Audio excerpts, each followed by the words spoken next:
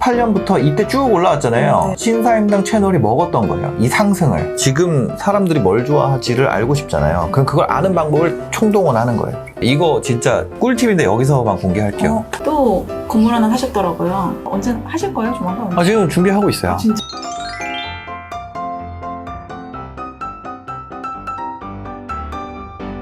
언니 한번 믿어볼래? 돈블리님들 안녕하세요. 네, 저는 돈 많은 언니 연미소입니다. 제가 1년 반 전에 구독자 2,000명 데리고 신사임당님 찾아왔었는데요.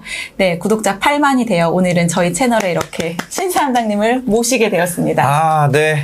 영광입니다. 이렇게 돈 많은 언니 채널에 나오게 돼서 너무 영광이고요.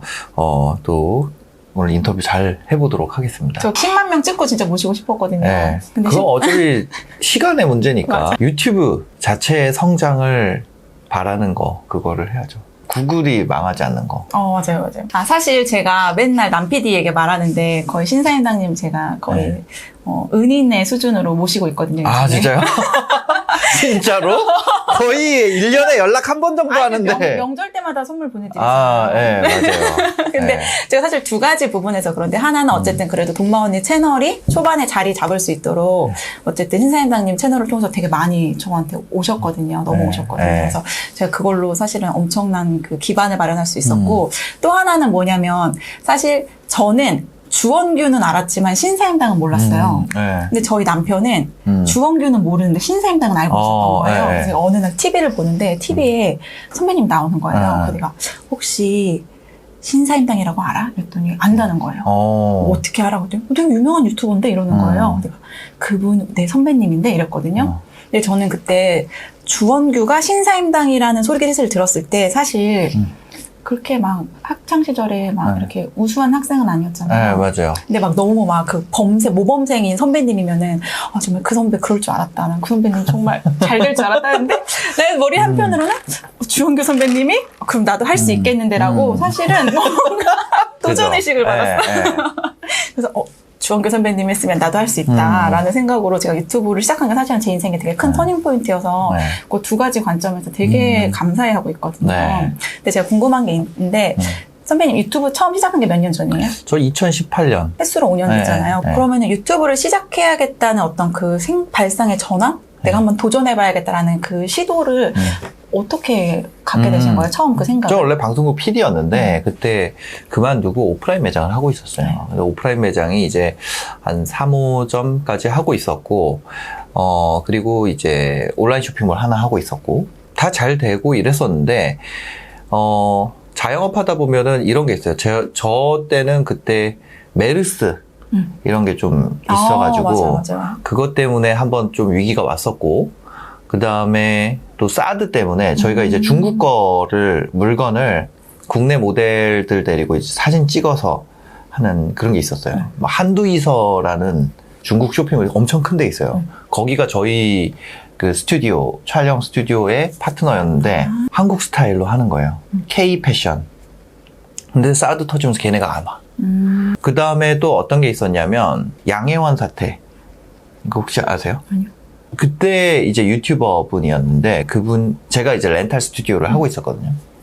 근데 그때 이제 그분이 어떤 그 렌탈 스튜디오에서 피해를 입었다. 이런 사건이 있었어요. 그 사건 전에는 이제 프로필 촬영하는 게 되게 자랑. 내가 뭐 약간 이렇게 뭐 바디 프로필이나 이런 좀 노출이 있는 그런 거 해서 인스타그램에 올리는 게 되게 내 자랑이었는데 그게 있고 뭐 한 6개월 정도는 거의 뭐 예약이 엄청 많이 없어졌었어요. 어떤 사건인지 알았다. 네네. 그래가지고 그런 세 가지 사건을 겪으면서 부침이 있었고 뭐 돈도 돈인데 너무 이 변동성을 내가 안고 살아가기가 힘이 든다. 그래서 그런 면이 하나가 있었고 또 다른 면에서는 제가 방송국에 있었잖아요. 네. 근데 입사 동기들이 보니까 막 뭐 JTBC도 하고 아니면 뭐 선배들은 MBC 갔다 하는 사람도 있고 후배 중에서도 뭐 어디에 가가지고 뭐 스튜디오 룰루랄라 뭐 그런 데 갔다가 뭐 MBC 가는 친구들도 있고 그 활동을 하는 거 보니까 부럽더라고요. 나는 돈 때문에 그걸 포기를 했잖아요. 원래는 PD 일을 엄청 네. 하고 싶으셨던 거죠? 네. 그 원래 언론 머시기 나왔잖아요. 우리 언론영상학부. 네. 뭐 다른 학교로 치면 신방과죠. 네. 거기 나와서 PD를 했는데 PD를 그만두고 내가 그 다른 걸 하고 있으니까 PD 하고 싶은 생각이 계속 드는 거예요. 그거 하고 싶었으니까. 그때 아나운서 준비하지 않았었어요? 맞아요. 그쵸? 네. 근데 나는 그러니까 지금 너무 이거 좋은 하잖아요, 게 이거. 여기서 이거 하고 예, 있는 예. 그러니까 그런 거 같은 것 같아요. 그래서 내가 다시 재입사를 하고 싶다. 근데 이제 이력서를 쓰려고 보니까 경력 단절이 돼 있잖아요. 내가 거기 뭐 자영업이나 쇼핑몰이나 이런 걸 하면서 이룬 것들이 있으나 그 돈을 벌었어요, 그때도. 네. 그때 뭐 한 달에 2천 많이 벌 때는 뭐 3천 이렇게 벌었었거든요. 뭐 적게 벌 때는 못 벌 때도 있었고.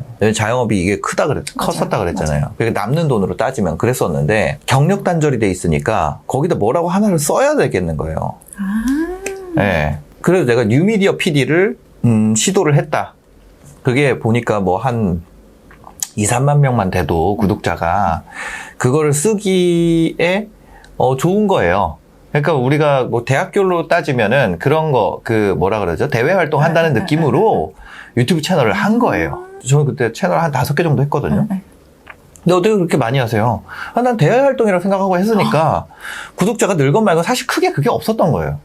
근데 그게 뭐 대단하다 그러는데 나는 그런 생각을 갖고 한 건 아니었고 그거를 이력을 만든다는 걸로 하고 여러 종류의 뭐 영상들을 만들었던 거고 예. 그랬던 거죠. 보면 그때 당시의 영상들이 굉장히 퀄리티를 좋게 만들려고 노력을 했었어요. 근데 말이 나와서 그런데 그때 같이 했던 친구분들이 승우 아빠랑 지금 참업 다마고치 하고 계신 그 분이랑 네, 정한이. 그 다음에 네. 신사임당님 이렇게잖아요. 근데 지금 와서 보면은 다 잘 됐잖아요. 다 잘 채널이 됐죠. 다 잘 네. 됐잖아요. 근데 그때 당시에는 사실은 다 말아먹은 채널들인 거죠. 그죠. 합쳐서 했을 때는 잘 안 됐죠. 네. 근데 그러면은 그때 세 분이 하면서 그 당시에는 서로 어떤 대화를 나누셨어요? 잘 안 될 때. 잘 안 되네, 이랬죠. 으쌰으쌰 해보자 뭐 이런 거 아니고 그냥. 그만하자. 근데 어떻게 그렇게 다 각자 채널이 다 잘 될 수 있었던 비법은 뭐예요, 그러면? 좀 풀어주세요. 우리 또 유튜브 강사님 하고 계시잖아요. 네, 유튜브 그때는 사실 잘 몰랐어요. 솔직히 말하면 그때는 잘 몰랐고 지금에 깨달은 거는 이런 거예요. 지금 제가 이거를 뭐 찍고 있지만 사실 여러분들은 신사임당 채널이나 뭐 신사임당 클리 채널 제 얼굴이 나오는 채널만 아실 거예요. 근데 그 외 채널들도 운영을 하고 있거든요.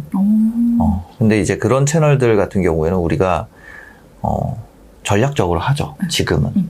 그래서 뭐 채널이 잘 되기 위해서는 일단은 그게 있어요. 한 가지 팁을 드리면 처음에는 검색어를 기반으로 잡아야 돼요. 네. 초반에는. 그게 무슨 얘기냐면 100명 이하의 얘기예요. 100명 이하 단에. 100명 이하일 때는 검색어를 잡아야 된다. 네. 조회수 잘 나오는 그 키워드를 뽑아서요? 그러니까 키워드를 어떻게 뽑냐면 여러분들이 구글에 들어가면 구글 트렌드라는 게 있어요. 구글 트렌드에서 검색 데이터를 볼 수 있는데 그 중에 항목이 유튜브라는 항목이 있어요. 그러니까 검색 결과를 트래픽을 종류별로 볼 수가 있어요. 근데 그 중에 유튜브 트래픽만 볼 수가 있어요. 지금 한번 볼까요? 네. 네, 카메라라도 좀 찍어 놓으면은 여기 있잖아요. 네.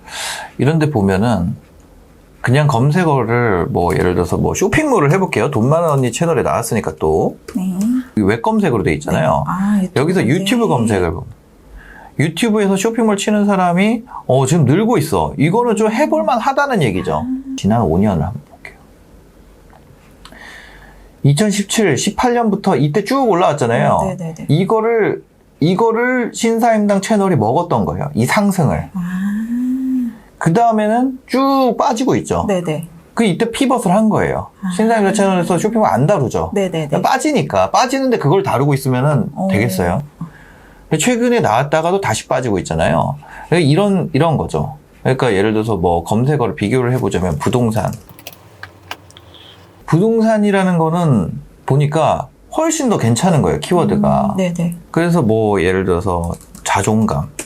부동산 빼볼게요. 보면은 요거 같은 경우는 우리가 에버그린 컨텐츠를 해볼 수 있겠다. 에버그린 컨텐츠라는 거는 등락이 없는 꾸준한 인기가 있는 시즌을 안 타는 이런 거예요. 그래서 제가 뭐 여러 가지 방식이 있겠지만 초보자분들이 채널에 도입을 해볼 만한 그런 걸 보자면 이 유튜브 검색을 활용을 하면 도움이 되지 않을까. 다 깔 수는 없고요. 영업 기밀이기 때문에. 이것만 해도 엄청나. 유튜브도 이렇게 뭔가 근거가 될 만한 자료들을 찾아서 해보고 근데 뭐 전체적으로 일을 처리하시는 방식이 큰 로드맵을 그리고 거기를 향해서 이렇게 가는지 아니면은 그냥 한번 해보고 계속 피벗을 하면서 이렇게 중간중간 수정을 하면서 가는지 좀 그것도 궁금하더라고요. 저는 알고 싶은 게 생겨요. 그러니까 머릿속에서 봤을 때 지금 사람들이 뭘 좋아하지를 알고 싶잖아요. 그럼 그걸 아는 방법을 총동원하는 거예요. 네, 예를 들면 우리가 이런 게 있어요. 이거 진짜 꿀팁인데 여기서만 공개할게요. 감사합니다. 자, 우리가 어떤 경쟁 채널의 타겟이 뭐가 돼 있는지 궁금하잖아요. 그거 하는 방법 알려드릴게요. 네. 네이버에서 우리가 이 광고 들어가면 도구 있죠. 네. 광고 도구. 그래서 검색 광고. 여기 보면은 이제 광고 도구가 있어요. 키워드 도구. 이거를 어떤 식으로 쓸 수가 있냐면 그 채널에 타겟하는 사람들이 누군지를 알 수 있어요. 돈 많은 언니가 시청층이 어떻게 되는지 제가 알 수가 없잖아요. 네네네. 그럼 여기에 돈 많은 언니를 한번 쳐볼게요. 네. 돈 많은 언니 있네요.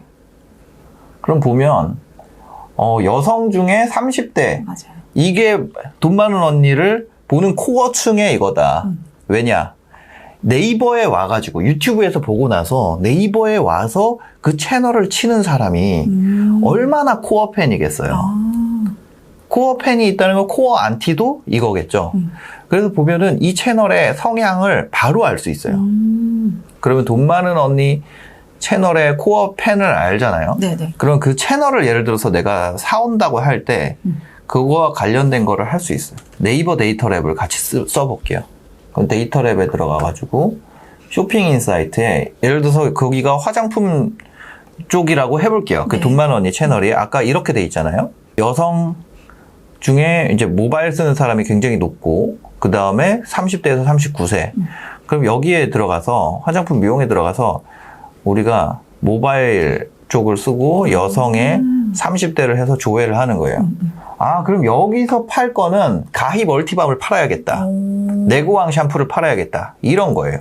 네, 이런 식으로 그 채널에 맞는 핏한 거를 역으로 찾아갈 수가 있고 저희가 이런 식으로 파는 거예요. 그래서 보면은 이쪽 시장 사이즈가 어떻게 되느냐. 그러면은 여기 뭐 판다레크 같은 경우는 제가 이거를 들어가는 이유가 뭐냐면 여기에다가 뭐 가히 멀티밤 있잖아요. 네. 아까 가히 멀티밤이었죠. 어떻게 되냐. 여기 37억 규모가 나온다. 이 정도면은 우리가 그리고 이게 근데 문제가 너무 단가가 싸요. 단가가 한 10만 원대 이상 되는 거 그런 걸로 좀 접근을 하는 거죠. 왜냐면 인플루언서가 판매를 한다는 거는 이런 게 있어요. 우리가 그냥 장사를 할 때는 10만 원이면 10만 원일 때 100개 팔리면 20만 원으로 올렸을 때 50개 팔려요. 그렇죠? 네. 가격과 이거 트레이드 오프 관계니까. 근데 인플루언서는 뭐냐면 그렇죠. 맞아요. 그냥 팬이에요. 그래서 10만 원에서 만약에 10만 원일 때 100개 팔리잖아요. 20만 원 올려도 90개, 80개 팔리고 맞아요. 만 원으로 내려도 110개, 120개 팔려요. 원래 만 원으로 내리면 100배 팔려, 10배 팔려야 되잖아요. 1000개 팔려야 되잖아요. 근데 그렇지 않다는 거예요. 그래서 우리가 유튜브를 활용해가지고 하시는 분들 같은 경우에는 이런 식으로 내 채널에서 팔 상품을 한 다음에 그거에서 거기 시장 규모가 어떻게 되는지, 그 다음에 그거의 가격대, 그 중에서도 단가가 높은 걸 팔아야 된다. 근데 단가 높은 걸 팔아야 된다 그러니까 이런 분들이 있어. 아니, 그럼 구독자 눈탱이를 치라는 말이냐. 예를 들어서, 아이폰 쓰시네요. 그리고 이거 커피 있잖아요, 커피. 네. 커피가 이게 비싸도 5,000원 정도 할 거예요. 그죠? 네. 이거를 만 원에 팔면은, 만 원짜리지만 눈탱이 치는 거잖아요. 그쵸. 근데 아이폰은 100만 원이잖아요. 네. 그 아이폰을 내가 80만 원에 팔면 비싼 거지만 싸게 파는 거란 말이에요. 맞아요. 그렇죠? 가격이라는 게 상대적인 거기 때문에 지금 단가를 올리라는 말이 뭐 눈탱이 치라는 말이 아니라는 거죠. 사실 제 채널에서 이제 이거는 안 해요. 저 장사를 그냥 나 혼자 해야겠다. 왜냐면 이거를 너무 막 공개를 했더니까 사람들이 고마운 줄도 모르고 그냥 뭐 욕만 하고 막 이러니까 그냥 내가 조용히 돈 벌어야겠다. 그래서 이제 안 하는 거고요. 그래서 아까 보셨다시피 이제 쇼핑몰에 대한 그 수요가 굉장히 줄었기 때문에 조회수나 이런 부분이 그래서 약간 네. 본질을 못 보시는 분들이 간혹 계시더라고요. 어떤 거요? 본질을 못 보는 분. 이렇게 얘기를 하면은 고가의 제품을 팔면 되겠구나 뭐 이렇게 네. 가야 되는데 그럼 뭐 비싼 걸 팔라는 거야? 막 약간 이렇게 가고. 그래서 이제 요런 부분들 여러분들이 좀 유튜브 운영하시고 스토어도 하시는 분들한테는 조금 도움이 되지 않을까 너무 좋은 싶어서. 제가 이런 게 약해요. 이렇게 분석하고 하는 거 못하고 약간 감으로 하려고. 이게 그 처음 하시는 분들은 감이 없기 때문에 감이 없는 분들을 위한 가이드를 만들다 보니까 이렇게 되는 거예요. 그 다음에 이게 그런 게 있어요. 뭐 저희도 직원들이 있을 거 아니에요? 네. 인건비를 낮추기 위해서는 누가 와도 할 수 있는 형태로 업무 구조를 짜야 되고 그 업무 구조를 그렇게 짜기 위해서는 그 순서를 프로세스를 만들고 그거를 다 쪼개서 넣어놔야 되는 것 같아요. 그래야지 이게 인건비를 절감할 수 있고. 맞아요. 예, 어떤 한 사람 한 사람의 감에 대해서 의존하게 되면 그 사람 한 명의 가치가 너무 높아지잖아요. 그래가지고 팀을 운영하기에는 좀 어렵지 않나. 예. 스스로는 감을 높여야 되는 게 맞지만. 네, 맞아요. 예, 고용 측면에서 보면. 맞아요. 네. 어쨌든. 그렇습니다. 사실 지금 저희 유퀴즈 나왔을 때만 해도 신사임당은 되게 가감 없이 그때 월 매출 이런 거 까시잖아요. 월수. 그때 1억 8천 번다고 하셨는데 지금은 아마 그거보다 더 버실 것 같은데 내가 얻어들이는 한 달에 이 수익이 높아지는 것과 행복의 상관관계가 있는 것 같아요. 그거는 별로 상관관계는 없습니다. 예를 들어서 이런 거예요. 저는 처음에는 그게 돈이랑 관계가 있는 줄 알았어요. 행복이랑. 꿈이랑 관계가 있는 줄 알았어요. 완전 처음부터 20살 때부터 얘기를 해볼게요. PD가 되면은 거기에 행복이 있는 줄 알았어요. PD 되려고 최선을 다했어. PD가 됐어요. 근데 거기 갔는데 행복이 없고 일상이 있었어요. 그래서 나는 한 10억을 모으면은 거기에 행복이 있는 줄 알았어요. 근데 가봤더니까 일상이 있었어요. 20억을 가면은 행복이 있는 줄 알았어요. 20억 가봤더니 없었어요. 30억 가봤어요. 없어요. 40억 없어요. 50억 없어요. 60억 없어요. 70억 없고 80억 없고 90억 없고 100억 없어요. 뭐 그 이상은 얘기는 안 할게요. 근데 예를 들어 거기까지 가도 없는데 지금까지 없었는데 그러면은 1000억을 가면 있을까? 이런 생각을 했어요. 제가 코로나 걸려가지고 한 일주일 쉬었었거든요. 근데 그때 가만히 생각을 해봤어요. 그럼 어디 있을까? 내가 언제 행복했을까? 생각해보니까 나는 그거 작전 짤 때가 제일 행복했더라고. 이거 이렇게 해가지고 해봐야겠다. 그거를 생각을 하면 막 두근거리고 이래가지고 잠도 안 오고 그게 좋았던 거예요, 나는. 그리고 그 뭐라 그래야 되지? 부동산도 같이 모여가지고 야 우리 다음 주 임장 어디 가자 뭐 하자 난 계획 짜고 야 이거 시세가 이렇대 요즘 어떻대 이 얘기하고 그걸 준비하고 강의 배우러 가고 그다음 단톡방에서 막 얘기하고 이랬던 과정이 재밌었던 거지. 저 같은 경우는 그냥 뭐 이 채널에서만 얘기를 하면 아파트가 지금은 열 몇 개 돼요. 정확하게 뭐 얘기하기는 좀 어려우나 근데 그거 왜냐면 제가 정확한 개수가 지금 생각이 안 나서 그래요. 근데 그거 아니야, 그거. 제가 거기도 아파트가 있었나요? 약간 이런. 제가 진짜 그것 때문에 문제가 그거 됐어요. 취득세를 뭔가 이렇게 하는 거를 헷갈려가지고 제가 좀 고생을 했었습니다. 그 임대사업자 등록한 거는 취득세 안 내고 이런 게 있었는데 그게 좀 바뀌었어요, 중간에. 근데 그거를 좀 못 쫓아가가지고 스트레스가 있었는데 여튼 다시 좀 돌아가서 그걸 가지고 있다 그래서 행복이 있지 않다는 거예요. 네, 제가 해보니까 저는 다른 사람은 어쩔지 모르겠어요. 근데 저 케이스를 물어보시니까 그래가지고 그냥 아이의 꿈을 과정만 있게 만들자 이런 생각을 했어요. 그래서 뭐 아예 막 1조 이렇게 잡아버리면 달성이 안 되잖아요. 그렇죠. 달성이 안 되기 때문에 그냥 뭐라 그래야 되지? 과정이 계속 있잖아요. 그걸 가기 위해서 계속 계획 세우고 뭔가 방법을 찾아야 되잖아요. 그 과정을 만들기 위해서 일부러 그럼 꿈을 높게 잡는 거예요? 네, 꿈을 옛날에는 이런 생각을 했어요. 이게 성공의 경험 막 이런 거 책에 있잖아요. 그래서 그걸 하려고 짧은 목표를 만들고 그걸 달성하는 그런 거를 생각을 했었는데 그게 아니라 진짜 달성조차 하기 힘들 정도의 목표를 잡아야겠다고 생각을 하게 됐어요. 그럼 계속 과정이니까 인생이. 그리고 그게 좀 의미 있는 목표가 돼야겠다. 뭐 그런 목표 같은 거 되게 많이 물어보죠. 저는 요즘에 인터뷰를 안 나가거든요. 아예. 솔직히 이거 연미솔이 부른 게 아니었으면 안 했어요. 다. 그거에 의미가 없다. 덧없다. 이런 거 되게 많이 느꼈고 그런 거 되게 많이 물어보거든요. 목표 이런 거.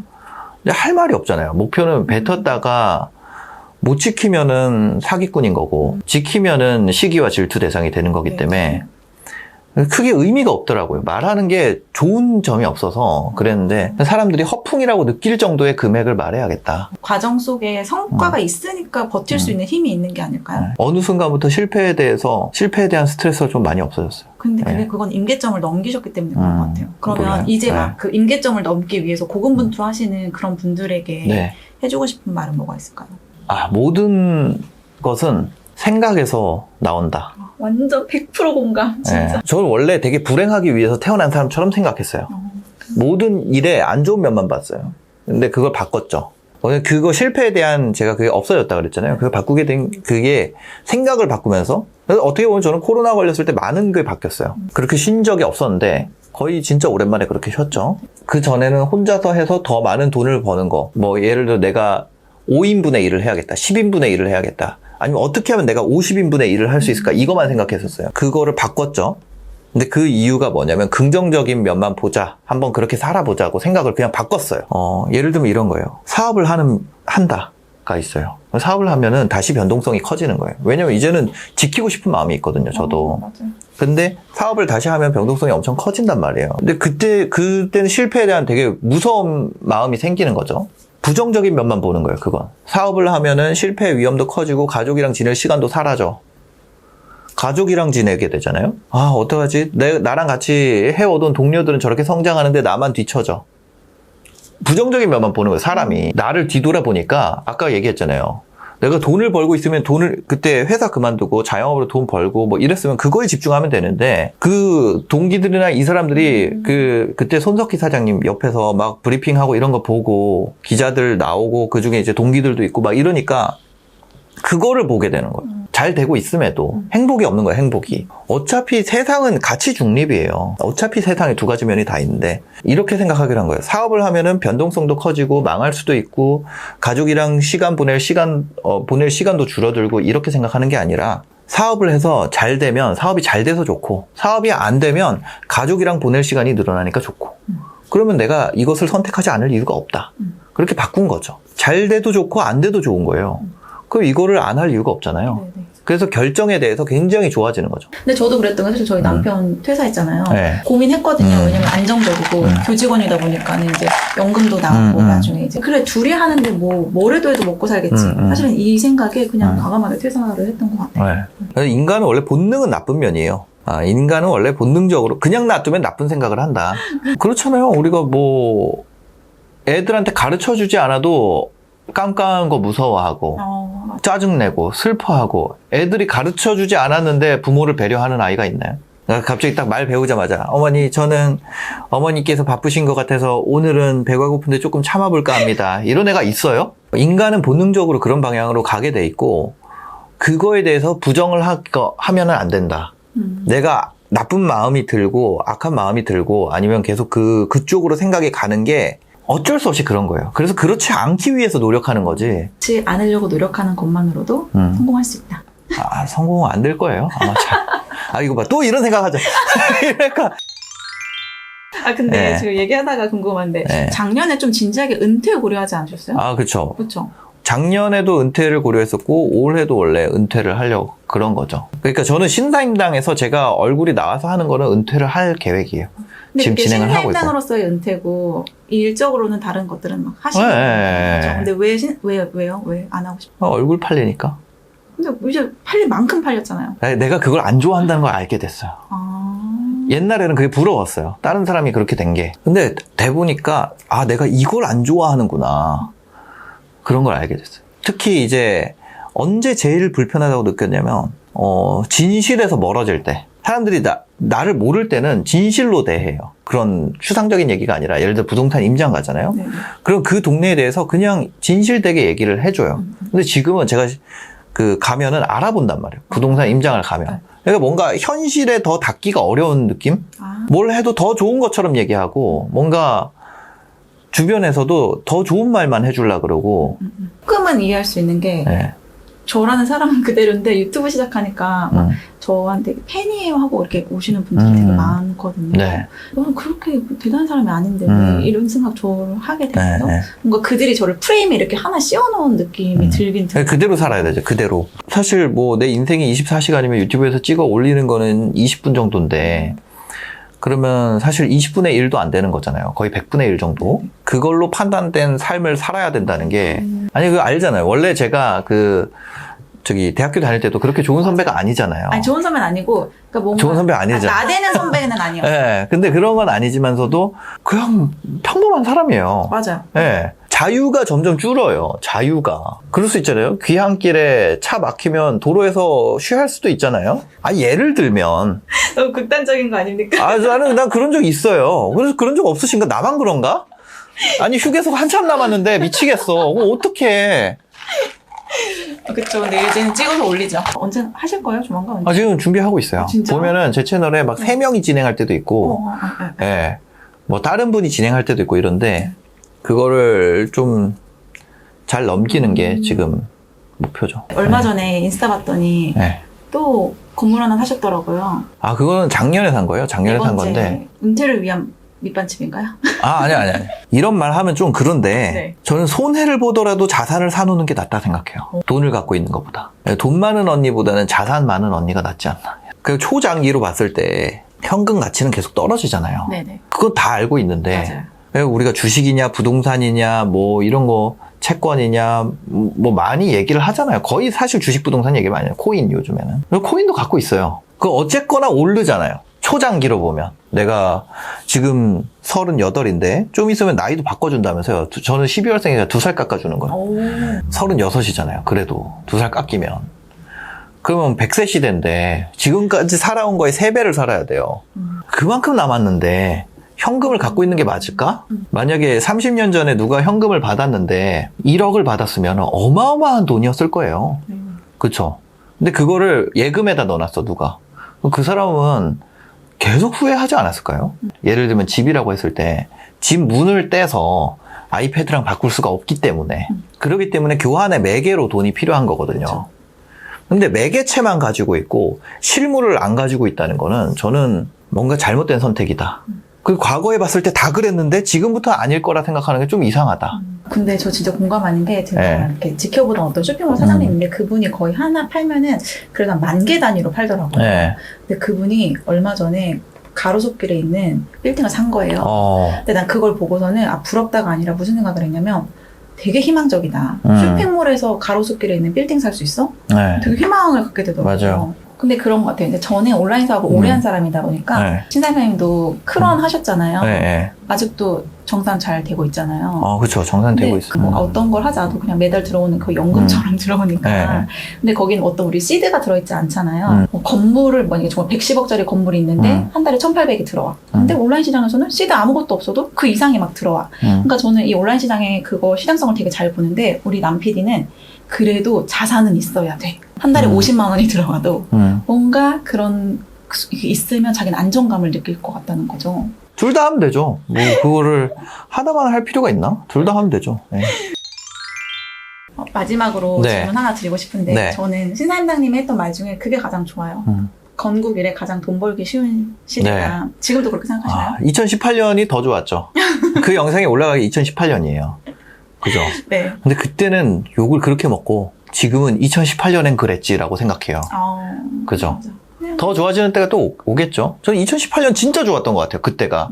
왜냐면 자산 시장도 쌌고 주식도 쌌고 그 다음에 처음으로 이런 유튜브라는 게 개화하기 시작했고, 그 전까지, 2015년까지만 해도 국내 서비스들이 좀 잡고 있던 부분이 있어요. 맞아요. 예. 근데 그런 블로그, 특히 네이버나 이런 쪽에서 갖고 있던 게 패러다임의 변화가 2012년부터 18년 사이에 이루어졌고, 2018년이 완전히 가속도가 붙기 시작하는, 특히 뭐냐면 페이스북이 망하면서 그 인스타그램이 폭발적으로 성장하던 시기였기도 하고, 그 온라인에 대한 접근성이 처음으로 우리가 글로벌 서비스를 기획할 수 있는 경우도 많아졌고, 그다음에 해외에 진출하는 사람들도 많아지고, 저도 지금 준비하는 건 글로벌 서비스거든요.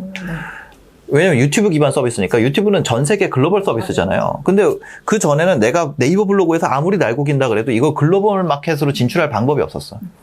근데 그때가 2018년이 엄청나게 진짜 좋은 시대였고, 그 다음에 금리 수준이나 자산 시장도 진짜 좋은 타이밍이었어요. 그 영상이 올라갔을 때가 언제였냐면, 그 주식 고점에서 완전히 이제 바닥에 왔을 때거든요. 그때 그냥 솔직히 삼성전자 샀어도 지금 삼성전자 엄청 빠졌잖아요. 근데 그때 비하면 엄청 올랐거든요. 그것도 그렇고, 아파트 아무거나 가서 샀어도 돈 벌었겠죠? 그때 쇼핑몰 시작했어도 돈 벌었겠죠? 그때 유튜브 시작해서 돈 벌었겠죠? 그때 인스타그램 했어도 돈 벌었겠죠? 뭘 해도 다 돈 버는 시기가 2018년이었어요. 그래서 제가 그 영상 올린 거예요. 우리가 지금 패러다임 변환이 오고 있고, 거기에 그때 무슨 일이 있었냐면, 인건비가 한 방에 빵 올라가가지고 자영업하는 사람들 다 힘들어졌어요. 그래서 그 온라인으로 전환을 해야 되는 때고, 그거에 대해서 제가 2018년에 얘기를 했었어요. 그 영상에서. 네네. 지금이 단군 이래 가장 돈 벌기 좋은 환경이다. 이런 지식을 갖고 있는 상태라는 것이 엄청난 강점이다. 그 얘기를 했던 거죠. 근데 지금 2022년이 됐잖아요. 네. 벌써 18년, 19년, 20년, 21년, 22년, 5년이 지났어요. 그럼 지금 돌아보면은 2018년보다 지금은 안 좋죠. 아파트 가격도 올랐고, 주가도 한 단계 레벨업 됐고, 그 다음에 뭐 시장도 더 포화됐고, 유튜브도 더 많아졌고. 근데 너무 비관적이지 않나요? 어떤 게요? 그러면 과거로 회귀할 수는 없는데. 얘기할 수 없죠. 그럼 저는 지금이라도 사실은 네. 시작을 미루어서는 더 이상 안 된다라는 네. 생각이 들거든요. 저는 미루는 분들은 그냥 미뤄라. 그래요? 라고 얘기를 해요. 지금은 좋은 시대라는 말을 절대로 안 합니다. 기회가 있다는 말도 안 해요. 만약에 기회가 보이면 그냥 나 혼자 독차지해야겠다. 예. 네. 그렇잖아요. 그렇게 댓글이 달리더라고요. 기회가 있으면 너 혼자 독차지하지 왜 알려주냐. 나는 구독자를 모으기 위해서였는데 지금은 그거 외에 더 좋은 구독자 모으는 방법을 발견했고 조회수 올리는 방법을 발견했기 때문에 꿀팁을 굳이 내가 욕을 먹어가면서 할 필요가 없다. 그냥 이게 솔직한 마음이에요. 진짜 솔직한. 네. 너무 솔직해. 네. 투자를 하세요. 안 합니다. 그런 말. 나는 하고 있다. 유튜브 끝물 아니에요? 나는 하고 있다. 쇼핑몰 안 하는 거 아니야? 쇼핑몰 나는 하고 있다. 그냥 그거예요. 나는 하고 있는데 그거 나머진 여러분 선택이고 네, 그 방법을 가르쳐줄 생각도 없고 엄청 큰 힌트를 주셨네요. 네, 유료로 할 거예요. 그런 거에 대해서. 이미 100억 이상 벌어온 경험이 있다. 2018년에 저랑 같이 시작을 했으면 그때 했으면 지금 엄청 더 잘 됐겠죠. 저랑 같이 시작하시면 됩니다. 네. 그래서 저 같은 경우는 좀 많은 그런 거를 겪으면서 그거에 대한 책임을 저한테 얘기를 하더라고요. 왜 좋은 때라고 했냐? 나는 안 좋았는데. 170만 구독자 왕관의 무게가 너무 무거웠던 게 아닌가 싶습니다. 그런 떠나서 인간은 그런 것 같아요. 내 책임으로 한다는 건 굉장히 어려운 일이다. 그걸 해내는 사람이 대단한 사람이다. 어떤 일에 대해서 그걸 자기의 책임으로 자기가 선택을 한다는 게 저는 다 그런 줄 알았어요. 모든 사람이. 근데 자기 인생을 자기가 선택하고 자기가 책임질 수 있는 사람이 드물다. 이건 우리 엄마 때문이야. 이거는 뭐 때문이야. 계속 때문을 찾으려면은 계속 찾을 수 있거든요. 네. 근데 이걸 찾는 게 유혹이 되거든요. 이렇게 찾고 싶어지게. 이거는 누구 때문이야. 특히 또 회사 생활을 하면은 우리가 이거를 전체 밸류체인이라고 할까요? 그런 데서 어디서 문제가 있는지 결함을 찾는 게 우리가 일을 할 때 그렇게 배운단 말이에요. 회사를 다니면 특히. 그럼 누구 때문인지 이렇게 포인팅 하는 게 익숙해져 있는데 그 책임을 내가 진다? 이거는 진짜 어려운 거예요. 근데 아까 보셨겠지만 저희 도블레님들은 30, 40대 여성분들 되게 많거든요. 네네. 그렇다 보니까 이제 호야 엄마 같이 아이 키우면서 근데 그것도 어떻게든 내가 한번 조금 경제적 자유를 누려볼까? 아니면 내 집안에 조금이라도 좀 살림의 보탬이 돼볼까? 하고 하루하루 정말 열심히 사시는 분들이 있거든요. 네네네. 그런 분들께 마지막으로 혹시 전달하고 싶은 이야기 있으면 해주시면 좋을 것 같아요. 많은 실패와 좌절이 있을 겁니다. 진짜로. 근데 그거가 있을 때마다 그거를 두 가지 면으로 볼 수 있어요. 내가 그만둘 이유로 볼 수 있고 두 번째는 이 방향이 안 된다는 힌트를 발견했다. 이걸로 볼 수 있는 거예요. 그런데 이 두 개 중에 어느 곳에 집중하느냐가 그 다음에 하는 선택을 정하게 되죠. 생각이 감정을 정하게 돼요. 여기서 망했네라고 생각하면 감정이 어떤 감정이 들죠? 아주 더러운 감정이 들어요. 이거 진짜 너무 스트레스 받고 이런 감정이 들잖아요. 그 행동이 뭘로 나오냐면 그냥 그만두는 행동. 그런 쪽으로 나오게 되죠. 예를 들면 이런 거 있어요. 제가 어떤 정신과 의사 선생님이랑 얘기를 하면서 알게 된 사실인데 연애하던 시절을 생각을 해볼게요. 두 분이 연애하던 시절이 있을 거 아니에요. 남자친구를 위해서 내가 막 다 준비했는데 그 남자친구가 2시간 전에 아프다는 거예요. 여기서 두 가지를 선택할 수가 있어요. 생각을. 하나는 그 사람을 염려하고 아끼는 생각을 할 수가 있고 아니면 그 사람이 나를 무시하나? 나를 싫어하나? 나에 대해서 애정이 떨어졌나? 라는 생각을 할 수 있어요. 이 생각을 선택하는 거는 자유예요. 감정은 선택할 수가 없어요. 감정은. 근데 생각을 선택을 하면 예를 들어서 나를 무시한다라는 생각을 선택을 해볼게요. 그런 감정이 어떤 감정이 들까요? 너무 기분 나쁘죠. 서운한 감정이 들죠. 과거에 나한테 그렇게 했던 것들에 대해서 증거를 찾기 시작하겠죠. 그럴수록 생각이 더 강화될 거고. 그때도 그래서 그랬나? 예. 그러면서 감정이 더 깊어질 거예요. 근데 밖으로 드러나는 행동을 해볼게요. 그 다음에 전화를 걸었어요. 행동이 똑같아. 거기서 멘트가 어떻게 나갈까요? 악담이 나가겠죠. 뭐가 아픈데? 어디가? 왜 너 날 만날 때만 아파? 실제로는 많은 아픈 일이 있었는데 그 중에 그런 거였는데 왜 나를 만날 때마다 아파? 아니면 그런 거 있으면 아플 때 먼저 얘기를 해줬어야지. 나 벌써 다 나왔는데. 그렇게 얘기가 될 거 아니에요. 반대로 내가 이 사람을 염려하는 마음, 생각을 선택을 했다고 해볼게요. 그 생각을. 감정이 너무 걱정되고 이 사람이 염려되고 어떻게 하면은 좀 위로를 해줄까 이런 쪽으로 생각을 하게 되죠. 감정도 그렇게 될 거예요. 우리가 측은지심이 생기게 되겠죠. 그러면 행동이 어떻게 나올까요? 똑같이 전화를 했어. 그게 다르게 나올 거란 말이에요. 생각을 뭘 선택하느냐가 이 사람의 행동에 영향을 끼치고 그러면 결국에 생각을 여기서 선택했기 때문에 현실 세계에서도 이 사람이랑 관계가 더 개선될 거예요. 저는 이게 그 있잖아요. 시크릿 이런 거. 네네. 개소리라고 생각했어요. 저도요. 네, 생각이 현실화된다? 개소리 하지 마. 세상은 세상이고 나는 나지. 이게 무슨 관계가 있어. 근데 그게 아니라 맞아. 내 생각이 바뀌면 감정이 바뀌고 감정의 변화가 행동의 변화로 나타나고 자기 예언적으로 자기가 자기의 미래를 만든단 말이에요. 무슨 말인지 아시죠? 네. 이게 진아영 교수님이라고 그 존스 호킨스 정신의학과 교수님이 이 얘기를 해줬어요. 인간의 생각이 행동에 영향을 미치고 그것이 그 사람의 삶을 만드는 거예요. 근데 그 안에 뭐 또 코어 머시기 막 그런 게 있었는데 그 영어를 해가지고 다 까먹었어. 근데 하여튼 뭐 그 코어한 방향 그거 설정이 잘못돼 있으면 이 생각의 방향을 설정하는 게 계속 부정적인 방향으로만 선택을 한다는 거예요. 그럼 그 사람은 100억을 주고 1000억을 줘도 행복한 사람이 될 수가 없어요. 생각의 방향이 그렇게 되니까. 그래서 생각의 방향을 잘 선택하는 것이 내 행동으로 나타나고 그 행동으로 인해서 내 삶이 또 그 방향으로 가게 되고 그럼 그 생각이 계속 강화된다. 그래서 처음에 이 피드백 고리를 어떻게 선택하느냐가 인생을 결정하게 된다는 거예요. 그래서 이 얘기를 꼭 마지막으로 드린다면 드리고 싶었다. 예. 인터뷰 더 이상 안 하는 거 저도 알고 있고 사실 네. 뭐 채널 뭐 알릴 그런 그 뭐 이유도 없는데 이렇게 네. 저희 도물리님들 위해서 나와주셔서 정말 너무 감사드리고요 선배님. 네. 어떻게 또 명절 때 아유, 연락드리겠습니다. 알겠습니다. 네. 제가 항상 인터뷰 여기 해주시는 분들 모시면은 해드릴 건 없고 그냥 저희가 항상 책 네. 10권을 제가 사오거든요. 네네. 저희 사인해주시면은 네. 저희 영상 보시는 도물리님들께 오. 제가 선물로 보내드리려고. 와, 대박이네요. 예. 저희 한 킵고잉은 이미 한번 네네. 했어요. 그래서 인생은 실전이다 책 가지고 왔거든요. 제가 우리 주원규 선배님 친필 사인 담아서 네네. 도물리님들을 위해서 준비해 보도록 하겠습니다. 고정 댓글에 네이버 폼이 있을 거예요. 그쪽에 이제 신청해 주시면 되고 오늘 주원규 선배님과의 영상에 대한 평을 댓글로 남겨주시면 네, 감사하겠습니다. 왜 자꾸 선배님이라 그러냐면 저희 과 후배예요. 네. 예. 같은 과 한학년 후배고 동아리 후배기도 하고 그래요. 직속 선후배입니다. 네. 그때 별로 안 친한데 이렇게 제가 그러니까 어떻게 될지 몰라 인생. 맞아요. 항상 모든 사람들한테 평소에 잘하고 살아요. 네. 인사하고 네 오늘 영상 끝내도록 하겠습니다. 네. 언니 한번 믿어보자. 우리 신사임당님 경제는 신사임당님을 한번 믿어보시면 좋을 것 같아요. 다음에 뵐게요. 네. 안녕.